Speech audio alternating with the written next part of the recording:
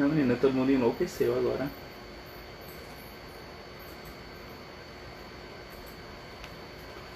Nossa, agora nós temos 4 árvores de diamante, meu anjo.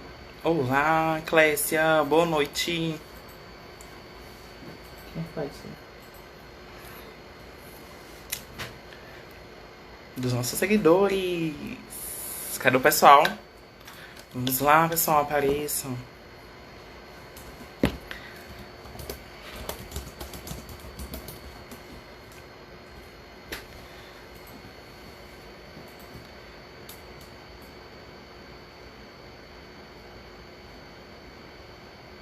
Vamos esperar a Cobra Mônica chegar, né?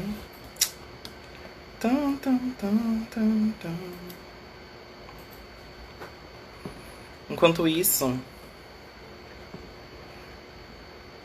tá dando pra me escutar bem, pessoal? Alguma coisa tá atrapalhando? Por favor, confirmem.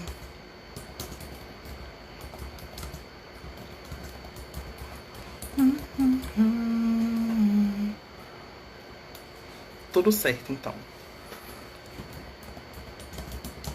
Enquanto isso, vou cantar uma música aqui pra vocês, né? Never mind, I'll find someone like you. Ooh, always nothing doesn't. Estamos aqui com ela, a professora Clécia Pacheco, lá do IF Sertão. Professora, muito obrigada pela sua presença aqui, nos acompanhando. Estamos esperando a professora Mônica Tomé entrar. A gente começar esse bate-papo bem legal. Todo mundo tá conseguindo me enxergar bem. A professora Mônica que tava cortando, eu acho que assim tá bom.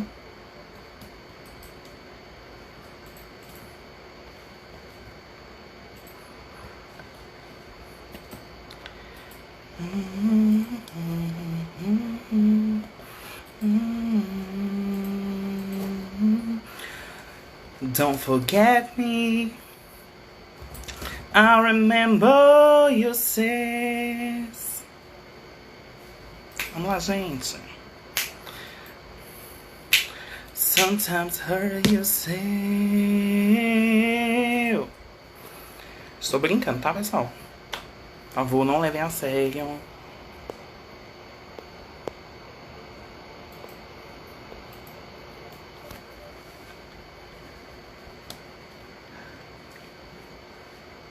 E aí, pessoal, como é que vocês estão de quarentena? Né? Oi, Ana Flávia, tudo bem? Como é que vocês estão de quarentena? Tá todo mundo só? Lembre-se, primeiramente, se puder, fique em casa. Segundamente, cuide-se, né? Não vamos vacilar. Não vamos estar saindo para locais que não sejam realmente necessários. Oi, Matheus, tudo bem? Espero que esteja todo mundo bem. Não vamos nos estar nos arriscando assim de graça. Não tá valendo a pena, né? Não sigam as orientações. Opa, a professora Mônica também entrou, gente. E agora vai começar, tá?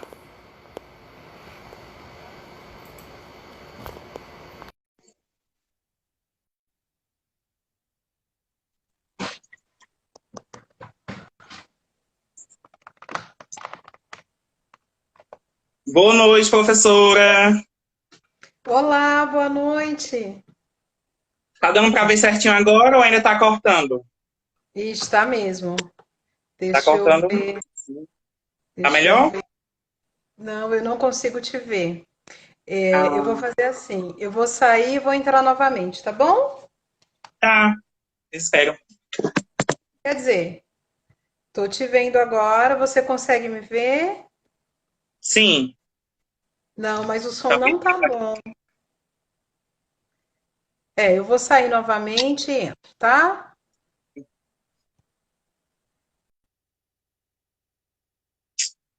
Probleminhas técnicos, meninos.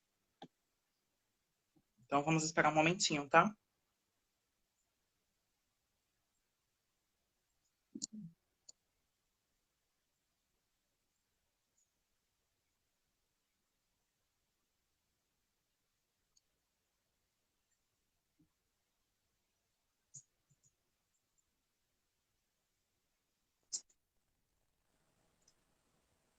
Olá. E agora, professora, tá melhor? Tá dando pra Tá, ver tá direitinho? sim. Ah, então, Deixar uma ótimo. luz aqui melhor. Pessoal que tá Como assistindo a vai? gente, boa noite. Eu tô bem, e a senhora? Eita, peraí de novo. Eita, e agora? Tá Nossa, conseguindo me ver? será que é o horário? Eu acho que a minha internet tá meio fraca. Deve ser isso, né? Talvez, eu não sei. Nossa, você tá travando para mim. E eu não tô vendo os comentários. Peraí, deixa eu ver aqui o que eu consigo fazer.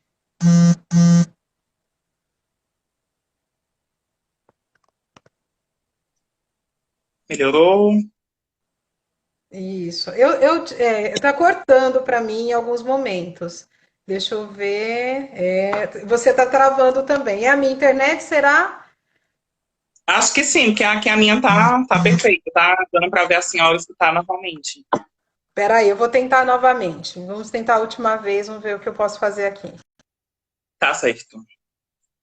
Então, né, gente? Professora Mônica está passando por pequenos probleminhas técnicos. Eu também tava escutando ela, ó, normal. Acho que a internet dela que tá aquela instabilidade. Vamos ver, né? Obrigada a todo mundo que está assistindo. Meu público, tô brincando, gente. Mas muito obrigado por estarem aqui com a gente. Esse DA maravilhoso, composto por pessoas maravilhosas, né? E a quarentena aí, gente, todo mundo só. Evitem aglomerações, certo? Não façam festa, a não ser que seja uma festa via Skype, via Zoom.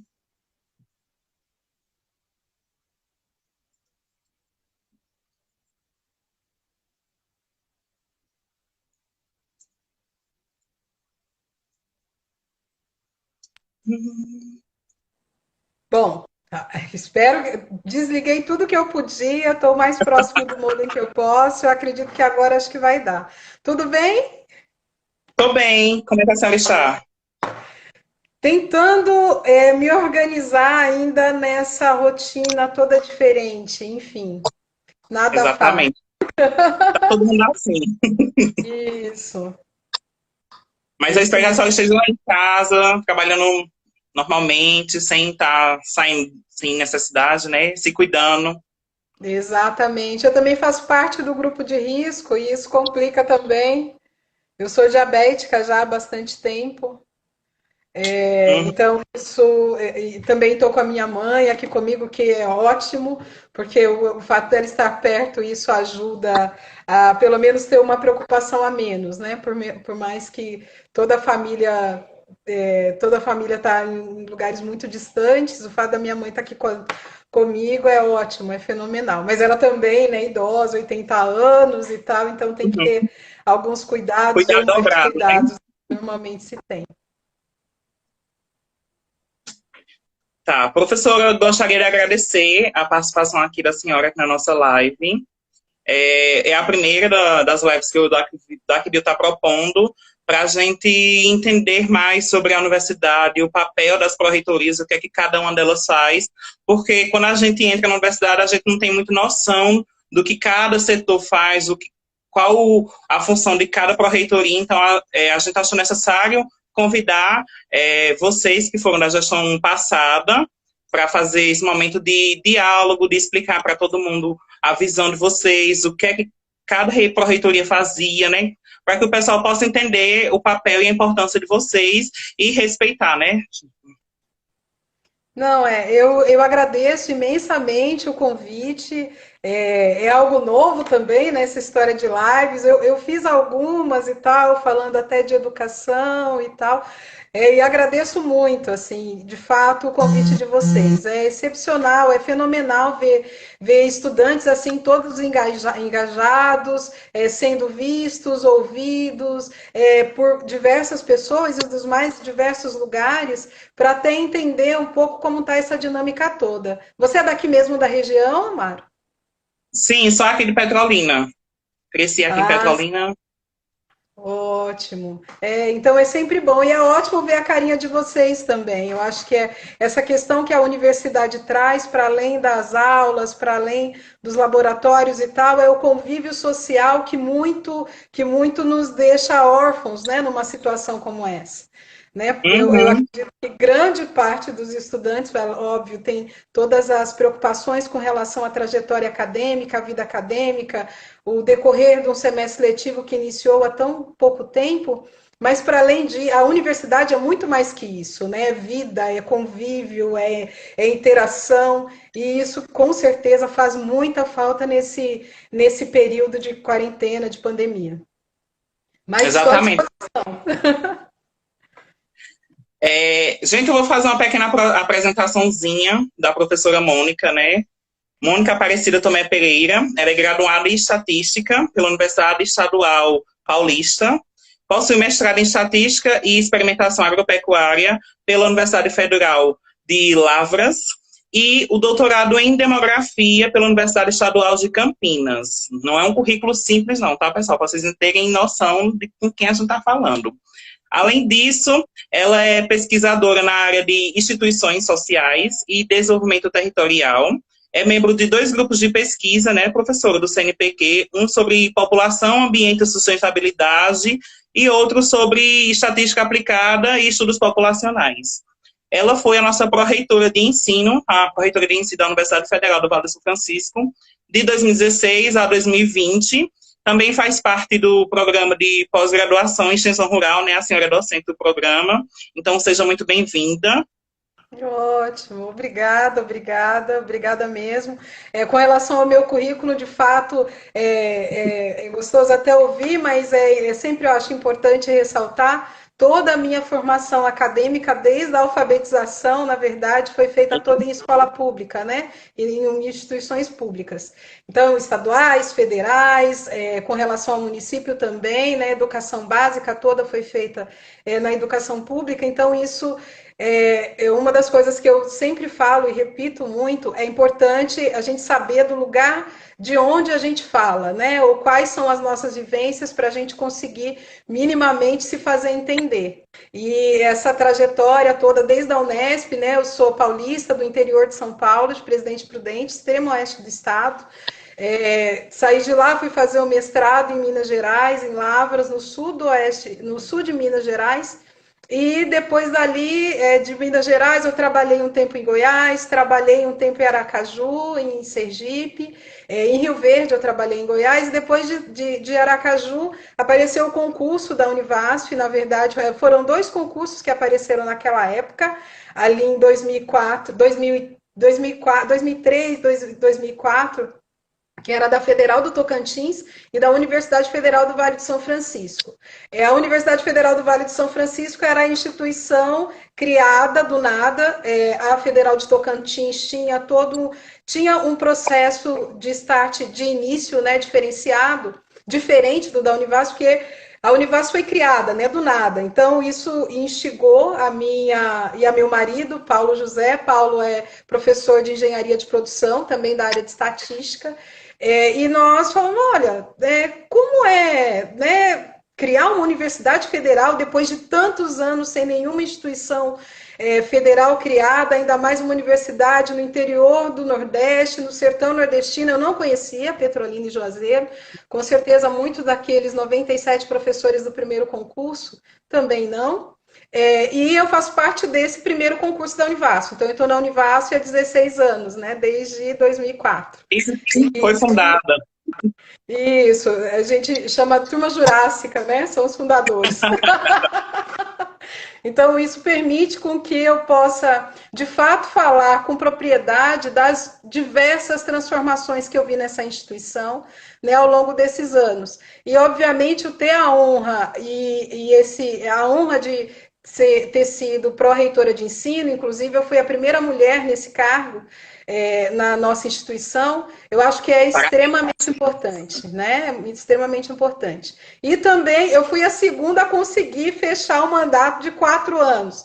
Antes disso, nós tivemos diversos outros pró-reitores, muitos iniciavam, finalizavam antes da gestão do reitor finalizar. O meu antecessor, professor Leonardo Sampaio, a quem eu mando um abraço grande, do colegiado de psicologia, do mesmo colegiado que eu, ele também ficou 4 anos, e em seguida, eu não consegui bater o recorde dele não, foram 4 anos de fato, porque minha exoneração aconteceu dia 22 de abril, e aí, enfim, mas de qualquer forma, o ineditismo da questão da pró-reitoria de ensino, enquanto mulher, eu acho que é algo que é bastante importante. Por mais que, como eu fale, isso não deve ser comemorado, né? A gente não tem que comemorar esses ineditismos, e a gente, enquanto negro, eu, enquanto mulher negra, tenho que lembrar que quanto menos ineditismo nós tivermos enquanto cargos de chefia com mulheres à frente, melhor, né? Então, que tenhamos menos comemorações e mais mulheres atuando e buscando pela luta da mulher também no meio universitário.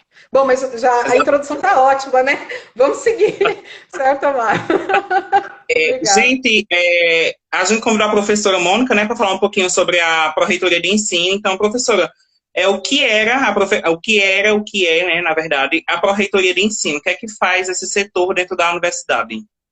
Bom, enfim, a partir do Estatuto da Universidade, que é o documento, o instrumento legal que baseia todas as demais normativas e regulamentações internas, obviamente que precisa ser sempre olhado e observado as regulamentações externas, mas o Estatuto é o que seria o primeiro, né? E considerando o Estatuto, lá tem diversos artigos, mas um deles é o artigo 33, eu tenho uma colinha aqui, inclusive, que remete à questão das diversas áreas ou diversos órgãos que a Universidade Federal do Vale do São Francisco apresenta. E dentre eles, no artigo 34, determina a questão da criação, ou no caso, da criação não, do artigo 33, determina quais as estruturas que precisam atribuir ou desenvolver atividades relacionadas a colaborar com a instituição, trabalhar com atos e coordenação de pessoal e tal, e a Pró-Reitoria de Ensino é uma delas. Né? Só lembrando, a Universidade Federal do Vale do São Francisco, ela apresenta, eu acho que grande parte das pessoas que estão entrando fazem parte da Univasf, mas caso tenha alguém de fora, a Universidade Federal do Vale do São Francisco, ela tem uma estrutura horizontalizada. Em muitas outras, nós temos, para além da reitoria, na reitoria, as pró-reitorias, nós temos ainda outros órgãos, como os departamentos, institutos, escolas, faculdades. E na Univasf nós temos as reitorias, e abaixo desse nível nós temos os colegiados de curso. E a Pró-Reitoria de Ensino é uma desses órgãos. Bom, com relação à Pró-Reitoria de Ensino, existe no Regimento Geral, aí que é um documento que deriva, né, no caso do Estatuto, algumas atribuições relacionadas, as principais atribuições relacionadas à Pró-Reitoria de Ensino.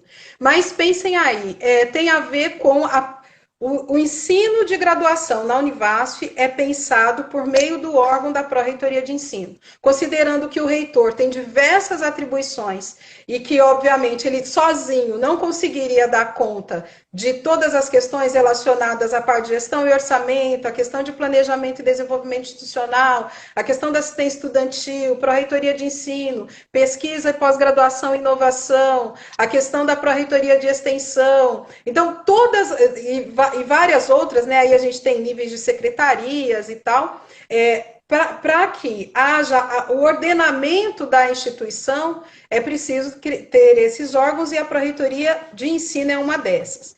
E, obviamente, dentro desse escopo, nós temos muitas questões. Quando se pensa assim, pensar a política de educação, pensar a política de ensino na Univasf, pensando nos cursos de graduação. E aí, quando se fala em cursos de graduação, não se deve fazer distinção, obviamente existem algumas especificidades, mas com relação a cursos presenciais e cursos em educação à distância, que são cursos que não são cursos regulares, né? Então, tem os cursos presenciais, os cursos EADs, mas todos esses cursos, eles são, de certo modo, coordenados, regulados ali pela Pró-Reitoria de Ensino e por suas normas institucionais. Então, acompanhamento docente, projeto pedagógico, acompanhamento de currículo, avaliação e coordenação de implantação de cursos novos, a questão de acompanhamento psicopedagógico para estudantes, os programas de ensino como tutoria, monitoria, mobilidade, PET, PIBID, residência pedagógica, mais recentemente o BIA, a questão de normativas e regulamentações que possam melhorar ou aprimorar o ensino na Univasf com relação aos cursos de graduação, isso tudo e mais algumas coisas compete à Pró-Reitoria de Ensino. Eu vi lá na fala da professora. Desculpe interromper. Pode continuar. Sim, e obviamente, considerando nas duas últimas gestões, né, que é no caso do meu antecessor, professor Leonardo Sampaio, e a minha, e eu falo muito do meu antecessor e a minha, em razão de que, obviamente, nós tivemos planos de gestões diferentes, né, porque ele foi aprimorado, mas de 2012 a 2016, com a gestão do professor Julianelli, a primeira gestão do professor Julianelli e o professor Télio, diversas questões ou estruturas foram elaboradas para dar conta das proposições que foram escolhidas pela comunidade acadêmica. E isso não foi diferente com relação à gestão 2016-2020. Então, houve um plano de gestão. Nesse plano de gestão, inclusive, ele foi constituído por diversas pessoas, né, diversos atores. Obviamente, eu também contribuí na construção de plano de gestão. Então, isso reverberou também na gestão PROEM 2016-2020. Então, muitas das ações que foram propostas no plano de gestão 2016-2020, elas foram perseguidas, obviamente, por mim e pela equipe ao longo de todos esses 4 anos. Inclusive, o plano de gestão também 2020-2024, que foi escolhido também pela comunidade acadêmica e pelo Conselho Universitário, ele também traz o aprimoramento desses planos de gestão e obviamente, né, a maturidade que se tem depois de 2 gestões inteiras, assim, o plano é extremamente robusto. E isso reverbera também nos trabalhos que foram executados ao longo desses 4 anos por mim e, obviamente, também pelo meu antecessor. Então, de certo modo, as ações que foram executadas pela Pró-Reitoria de Ensino nesses 4 anos têm a ver com um plano de gestão estabelecido previamente, discutido e construído coletivamente. É isso que eu quero deixar claro. Então, não é simplesmente você chegar lá, a partir das normas você segue e veste a roupa de pró-reitor de ensino ou pró-reitora de ensino e o é. Não, na verdade, todos os desafios, as metas alcançadas, as diversas ações que foram executadas ao longo desses anos têm a ver com um plano já estabelecido previamente. Isso muitas vezes as pessoas de fora não se atentam a isso, mas nesses últimos 8 anos eu posso dizer que foram assim, e com relação à gestão do qual eu estava à frente, né, da Pró-Reitoria de Ensino, isso fica mais latente. Mas, eu vi na página da Pró-Reitoria, professora, desculpa interromper de novo, que existe uma abazinha chamada Educação Inclusiva, na qual promovem ações, né, para o pessoal, no caso, ações de Braille, Libras. Eu queria entender mais um pouquinho sobre isso. Como foi essa proposta? De onde surgiu? Certo. No início, isso começou lá em 2012, assim, só um históricozinho, um pouquinho antes, na gestão 2012-2016, eu inicialmente, logo no começo daquela gestão, eu atuei como procuradora educacional institucional. É chamado de PI, né? Normalmente é chamado de PI. Esse sujeito, ou essa sujeita na ocasião, dita a questão da regulação dos cursos. Então, todo mundo já ouviu minimamente, que está no meio universitário, já ouviu falar em reconhecimento de curso, em visita dos avaliadores do MEC, enfim. E eu atuei como PI durante 2 anos na gestão ali. Então, de 2012 a 2014 eu fui PI, de 2014 a 2016 eu atuei como diretora de desenvolvimento institucional na Propladi, executando uma das tarefas, e a principal dela foi o PDI da Univasf. E ao longo de todo, eu trouxe esse histórico porque desde 2012, algo que foi muito latente para a gestão Juliana Literi foi a questão da inclusão. Inclusive, um dos nossos Cientecs, que até está na temática, né, da nossa chamada da live, trouxe justamente esse tema em razão da importância que a gente, obviamente, vê e percebe nele, principalmente com a adoção das cotas, né, de pessoas com deficiência. E nós temos diversos alunos em vários cursos, e essa temática antes, que era só no campo muito voltada para a comunidade externa, muito voltada para a conscientização atitudinal dos nossos docentes e discentes, passou a fazer parte mesmo da gestão desde aquela época. E aí existia um núcleo existia um setor específico dentro da Pró-Reitoria de Ensino que lidava com isso. Tinha a coordenação pedagógica e também o núcleo agora, eu não vou me lembrar o nome exatamente, mas era um núcleo ligado à questão de inclusão. Talvez alguém que lembre aí pode colocar aí nos comentários que vai me ajudar. Posteriormente, já na gestão, comigo à frente da Pró-Reitoria de Ensino, foi percebido que pelo próprio grupo, né, pela própria equipe, foi percebida que a discussão e a política de inclusão na Univasf, ela deve ser institucionalizada. Então, muitas vezes, o estar ligada a uma pró-reitoria de ensino, isso poderia limitar determinadas ações que deveriam serem executadas na instituição. Porque tem a ver com extensão, tem a ver com pesquisa, tem a ver com administração. Então, não envolve somente pensar o ensino da graduação. Envolve muito mais. Então, nesse aspecto, na gestão ainda de 2016 2020, o núcleo passou a ser vinculado diretamente à vice-reitoria e ao gabinete da reitoria. E virou o NAI, né, que é o núcleo de... Eita, agora eu não vou lembrar os nomes, Paixão e Carla Daniele podem pirar comigo, mas existe sim, está lá na página, talvez está desatualizado, mas hoje esse núcleo, quer dizer, hoje não, né, até 22 de abril, que é até onde eu posso afirmar enquanto memória, enquanto ex-pró-reitora de ensino, esse núcleo estava ligado justamente, vinculado diretamente à reitoria, por entender que se tratava de uma política extremamente institucional. Então, as ações dessa equipe é espetacular, com Milton, Paixão, Getro, tem Carla Daniele também, né, obviamente à frente desse núcleo que é belíssimo, e tem diversas ações. Com certeza, algum aluno da Univasf, no mínimo, passou por uma das experiências que é o sentido na pele, né, que é aquele que se coloca à venda, tem diversos apetrechos que faz com que o estudante ou o servidor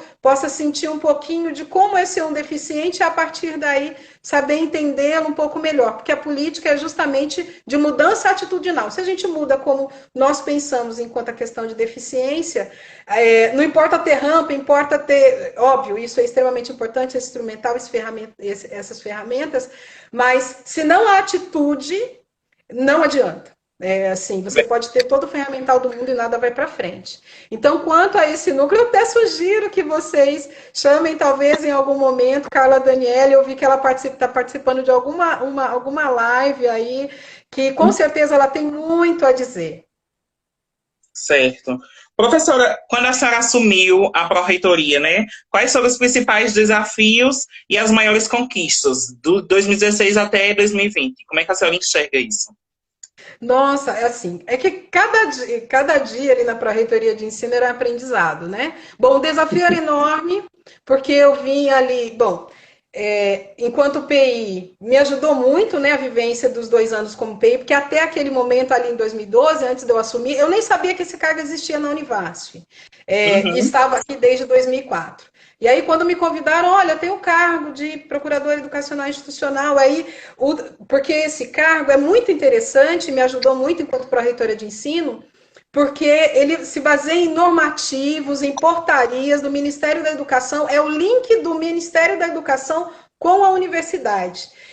Então, isso faz com que você, obviamente, se aproprie muito das regulamentações e tenha isso muito fresco para conseguir dar conta dessa regulação. E, além disso, existem os fóruns de PIs de todas as universidades, inclusive não só as federais, mas as estaduais, as privadas também, porque essa figura do procurador educacional ela é obrigatória. Então, você também conhece muitas das realidades dos vários lugares. Então, enquanto pró-reitora de ensino, eu já tinha contato com muitos pró-reitores de outras instituições por meio daquela função. Então, mas mesmo assim, óbvio, o saber que você está lidando com mais de, até 22 de abril, 6.200 estudantes de graduação, de cursos presenciais, além dos cursos da educação à distância, trabalhando com centenas de docentes, com 7 campi,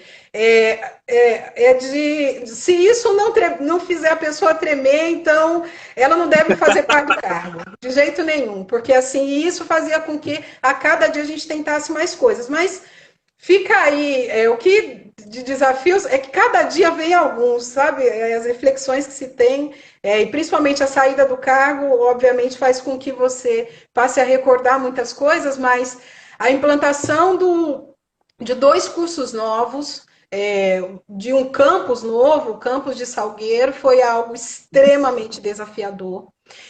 As demandas também com relação aos estudantes, algo que é bastante complexa, porque, enfim, a gestão, enquanto à frente da Pró-Reitoria de Ensino, algo que muitas vezes diversas pessoas criticavam, mas uma das coisas que eu gostava muito era de receber aluno. E eu não lembro se a gente já tinha conversado por lá pela Pró-Reitoria de Ensino, Amaro. Eu fui lá umas 2 vezes conversar com a senhora já. Ah, ótimo. Mas isso era algo extremamente comum, de receber estudantes, de ir até os campi fora da região sede e ter, obviamente, reuniões com os coordenadores, com os núcleos docentes estruturantes, com os professores de um modo geral. Mas algo que também eu sempre buscava fazer é ouvir os estudantes. E, obviamente, as demandas enquanto estudantes, em geral, são muito diferentes com relação aos docentes. Então, um dos desafios nesse processo é sempre lembrar quais eram as principais dificuldades que eu tive enquanto universitária. Né, lá no interior de São Paulo, enquanto estudante, sem grandes aportes financeiros, precisando de bolsas e de recursos para conseguir, mesmo fazendo curso na minha cidade, mesmo, e você com certeza sabe disso, Amaro, não é tudo as mil maravilhas, não. Mas, obviamente... todo um aparato que a universidade oferece para a gente conseguir se formar, estar presente todo dia no curso e tudo mais. Isso, são muitas dificuldades. Então, algo que eu sempre tentava fazer, um dos principais desafios era manter essa memória muito viva de como era meu dia a dia de estudante. Porque eu percebo que muitos dos meus colegas, eu não sei, normalmente os perrengues que a gente passa, a gente esquece aquela sensação muito ruim, né? Com o tempo vai esquecendo. E às vezes dá uma amnésia total. E isso, com certeza, faz com que muitas das relações ali, estudante-professor, acaba ficando muito latente, né? Tem coisas que ficam muito à flor da pele. E, obviamente, a gestão, eu à frente da Pró-Reitoria de Ensino, junto com toda a equipe, esses conflitos muitas vezes eram intermediados por nós, junto obviamente, com a parceria da ouvidoria, né, de alguns coordenadores. Mas, então, um dos principais desafios para mim era internalizar ou sempre ter em mente essa questão da situação dos estudantes e também lidar com as diversas questões que os docentes traziam. Conquistas, foi dessas, né, da implantação de um campus novo, foi algo maravilhoso, assim, porque as vivências que eu tive naquele processo, e obviamente ainda estará em consolidação, foi algo excepcional. colações, formaturas, a questão da organização de diversos projetos políticos pedagógicos, recepções de calouros, tudo, assim, são várias questões, mas eu gostaria de enfatizar essas questões, né? A implantação de campos de cursos novos, a possibilidade de ver uma gestão que, por meio dos órgãos que foram instituídos pelos normativos, Câmara de Ensino, os Fórum Discente, as diversas representações, mesmo a CDA, a Comissão Disciplinar Acadêmica, esses diversos canais que foram institucionalizados e que funcionavam, ver a universidade aberta para essa discussão, poder receber estudantes, receber manifestações de estudantes, panelaço e tal, isso tudo faz parte da universidade, é algo que deixa a universidade viva. Então, essas questões me marcaram bastante. Então, pensar numa universidade mais diversa também, com a aprovação da questão das leis de cotas, ali 2010, 2011, 2012 e tal, nesse período eu vi a universidade mudar.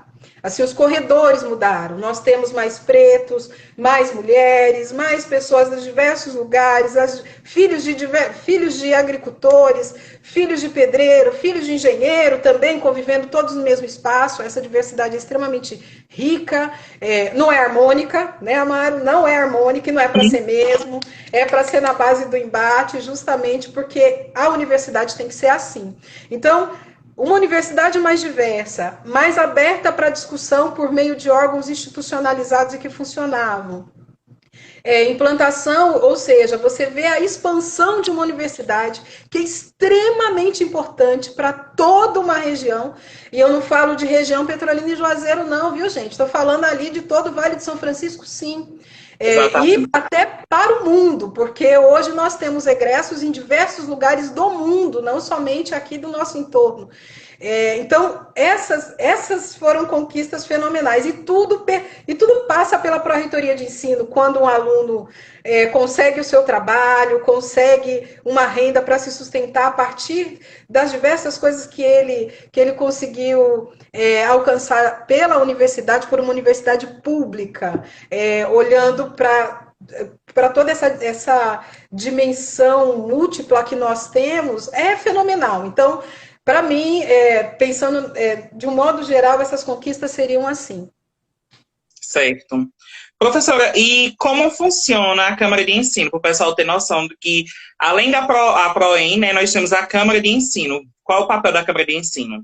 Exato. O pró-reitor ou a pró-reitora de ensino, ela é presidente da Câmara de Ensino. A Câmara de Ensino, ela foi instituída antes da gestão Julianelli Tellio, mas somente em 2012, em novembro de 2012, que foi aprovada a resolução, que é a 13 de 2012, que determina o regimento geral da Câmara de Ensino. O que essa resolução diz? Ela dita, né, ela determina quais são as atribuições e o funcionamento da Câmara de Ensino. Então, a representatividade, a periodicidade das reuniões, o que deve ser debatido, o que deve ser levantado, quais são as principais pautas e questões que esse órgão precisa estabelecer. Ele é um órgão propositivo, ou seja, então ele pode propor resoluções, ações, propostas, projetos, programas.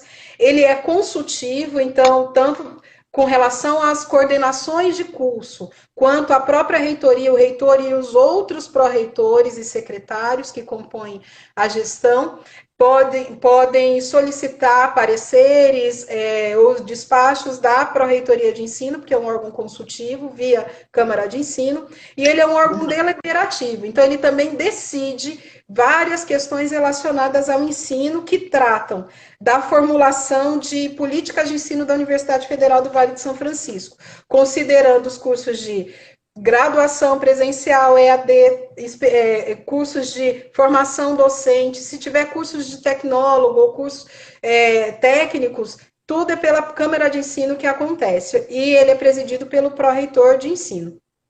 Existem, no mínimo, 7 atribuições determinadas para a Câmara. Eu até selecionei aqui algumas coisas para não me esquecer, mas ela deve se pronunciar com relação a matérias e questões acadêmicas. Então, quando um aluno pede acompanhamento especial, por exemplo, que é um direito do estudante quando ele não tem a possibilidade de presencialmente assistir às aulas, mas está dentro de condições psicológicas ou emocionais suficientes para executar as atividades, ele pode solicitar esse pedido. Ele pede via colegiado, junta toda aquela documentação que consta em regulamentação interna e própria, mas essa documentação passa pela Pró-Reitoria de Ensino. É um dos exemplos. Aproveitamento de carga horária, dispensas de disciplinas. Então, essas deliberações acontecem via Câmara de Ensino. Criação de resolução, proposição de normas, existem diversas questões que precisam ainda ser regulamentadas, a gente avançou muito, mas obviamente sempre é importante outras. E até nesse aspecto eu queria fazer um parênteses. Algumas pessoas comentam muito que falam, é muita burocracia, tem resolução e normativo para tudo. Mas algo que eu aprendi ao longo desses anos à frente da Pró-Reitoria de Ensino é que, se não há normativo, ora a visão e o bom senso do gestor pode pender para um lado, ora pode pender para o outro.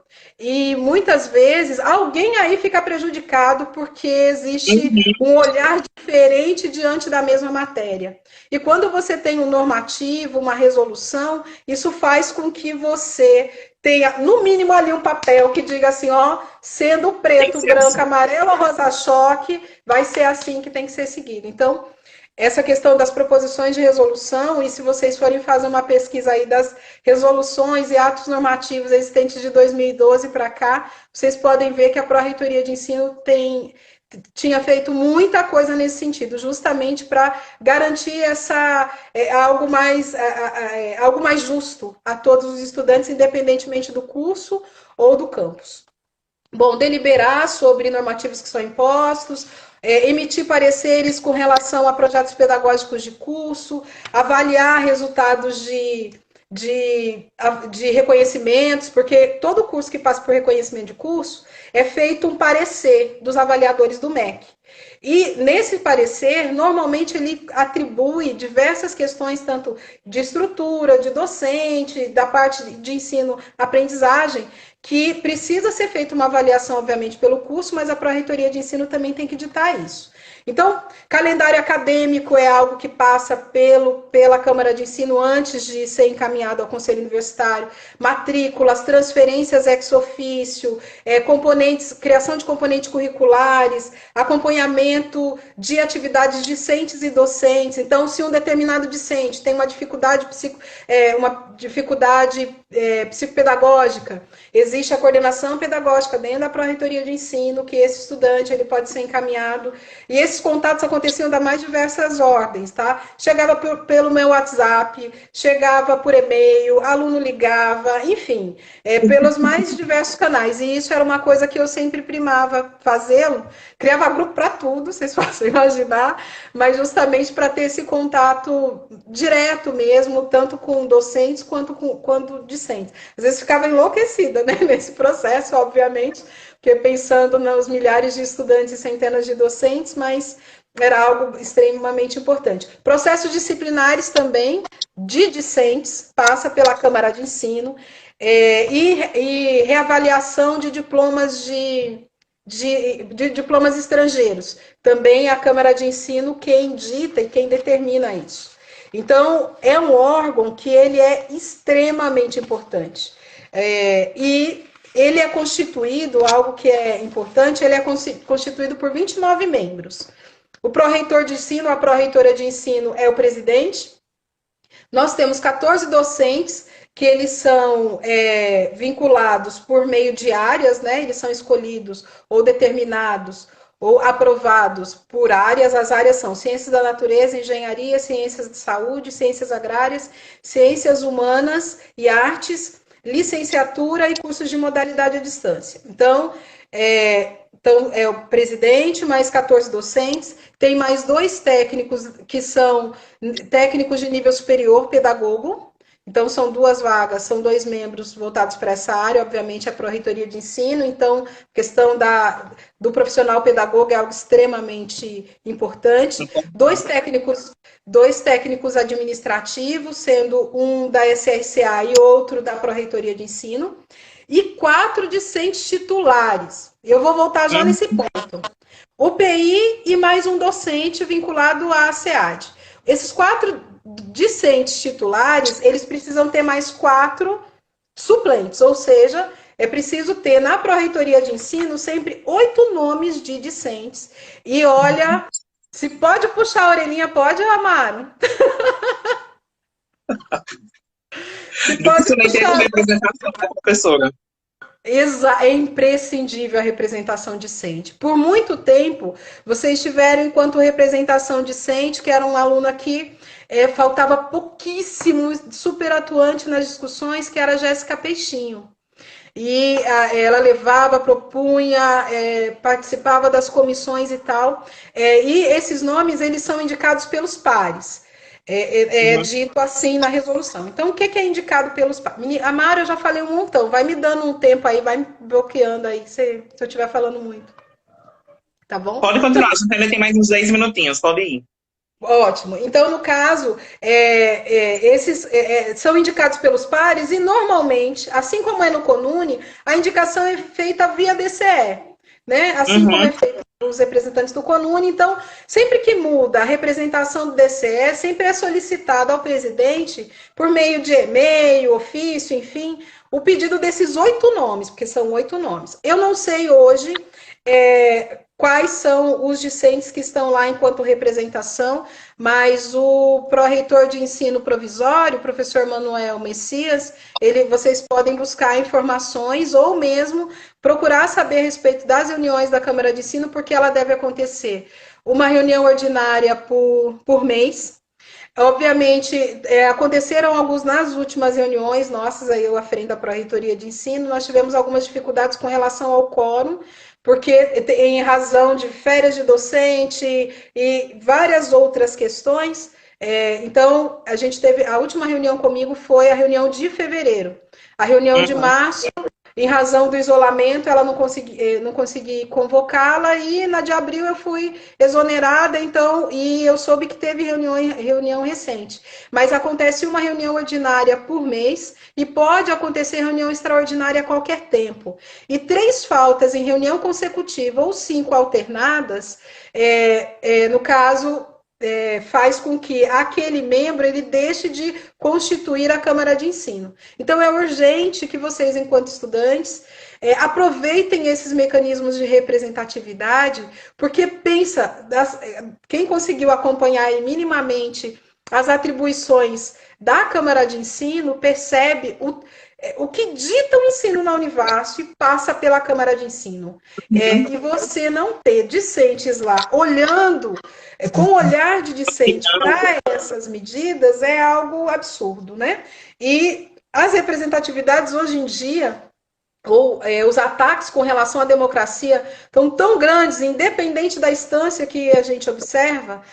Imagine dentro da universidade, ainda mais nesse contexto atual de intervenção, né, de não estar uma gestão eleita lá à frente da reitoria, a participação de vocês é excepcional, é fundamental, é fundante. Então, isso eu gostaria de chamar a atenção. E, para além disso, com relação a alguns desafios ainda, é preciso observar mesmo...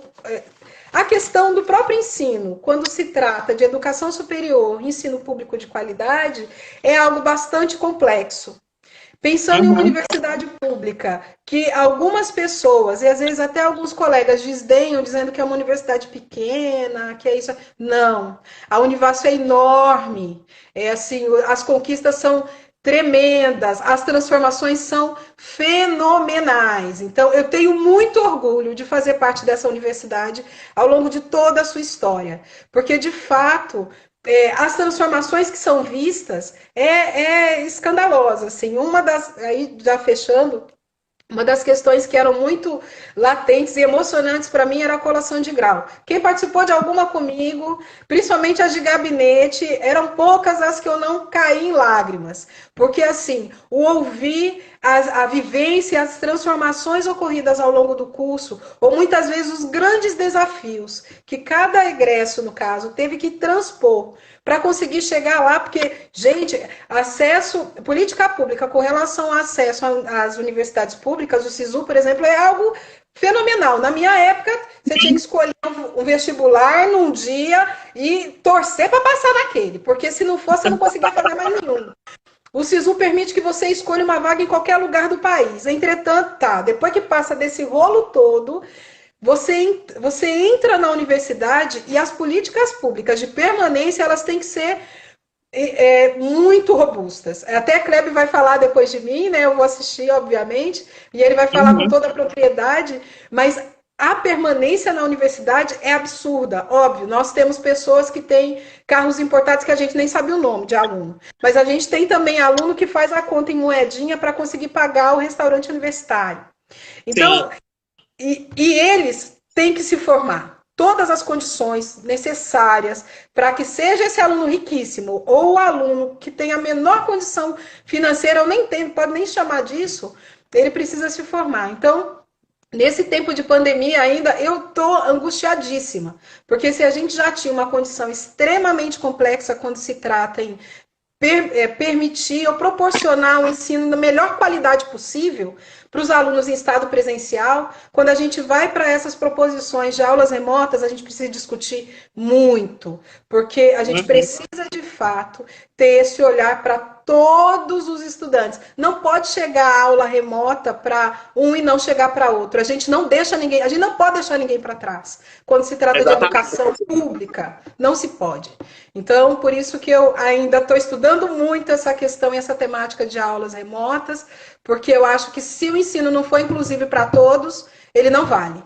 E também, improviso também não pode, né? A gente não quer, a gente não permite mais ter aluno formado com improviso, não é assim que faz, né? Mesmo numa situação assim. Bom, eu acho que, de um modo geral, era isso que eu queria passar quando se trata de Câmara de Ensino. Professora, para finalizar, eu queria saber mais um pouquinho da senhora sobre o Cientex, a história da criação do Cientex, a importância desse evento e as perspectivas para o futuro, né? O que é que a senhora espera que aconteça?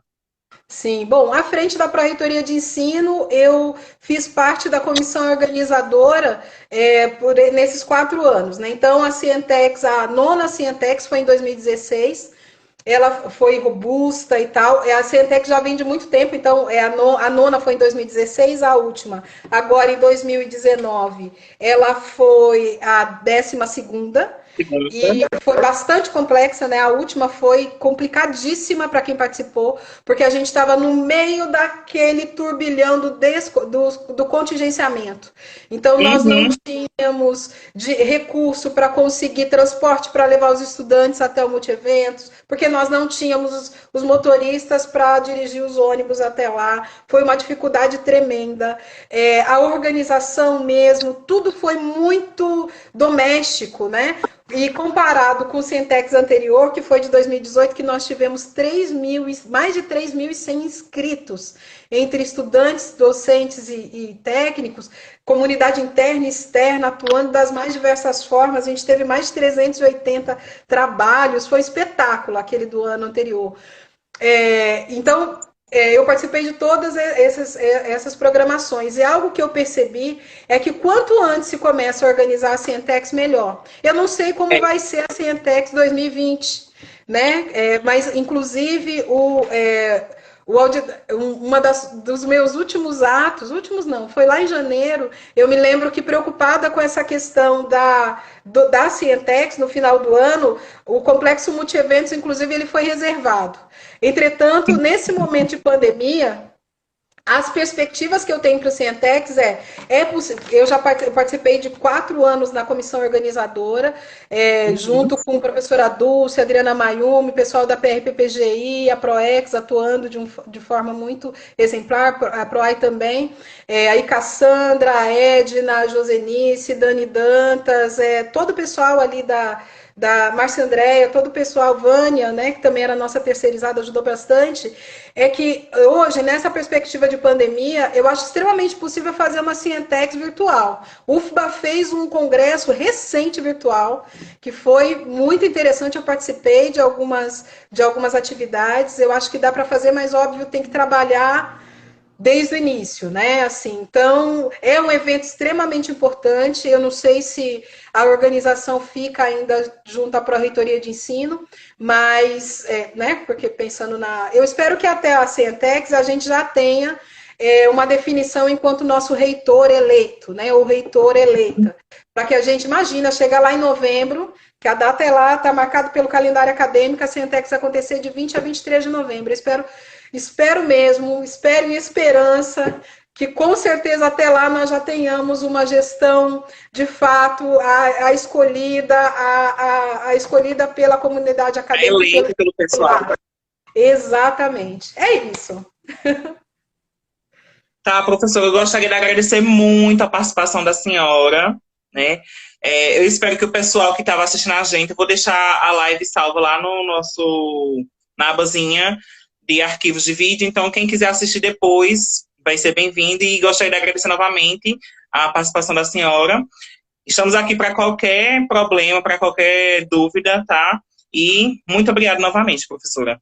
Ótimo. Também me coloco à disposição e dentro das minhas possibilidades, enquanto docente da Univasf, o que vocês perceberem que a gente, enquanto ex-gestores, podemos ajudar. Acho que uma live assim como essa é extremamente providencial. E agradeço o espaço, agradeço poder falar sobre a universidade que eu tanto amo e que tanto me deu. E minimamente eu tenho que fazer o mínimo assim para que nós tenhamos aquela qualidade e a excelência que a gente sempre buscou ao longo desses 8 anos. Tá certo. Tchau, tchau, professora. Fique bem, cuide, se não sai de casa, se não for realmente Tá bom, necessário. tá certo. Um Beijo. grande beijo. Tchau, tchau a Tchau, você. tchau.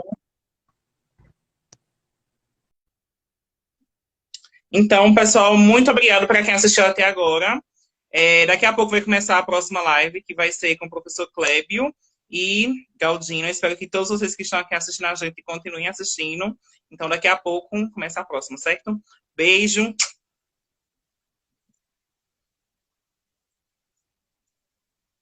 Opa. Opa. Oi, Emily. Tchau, Emily.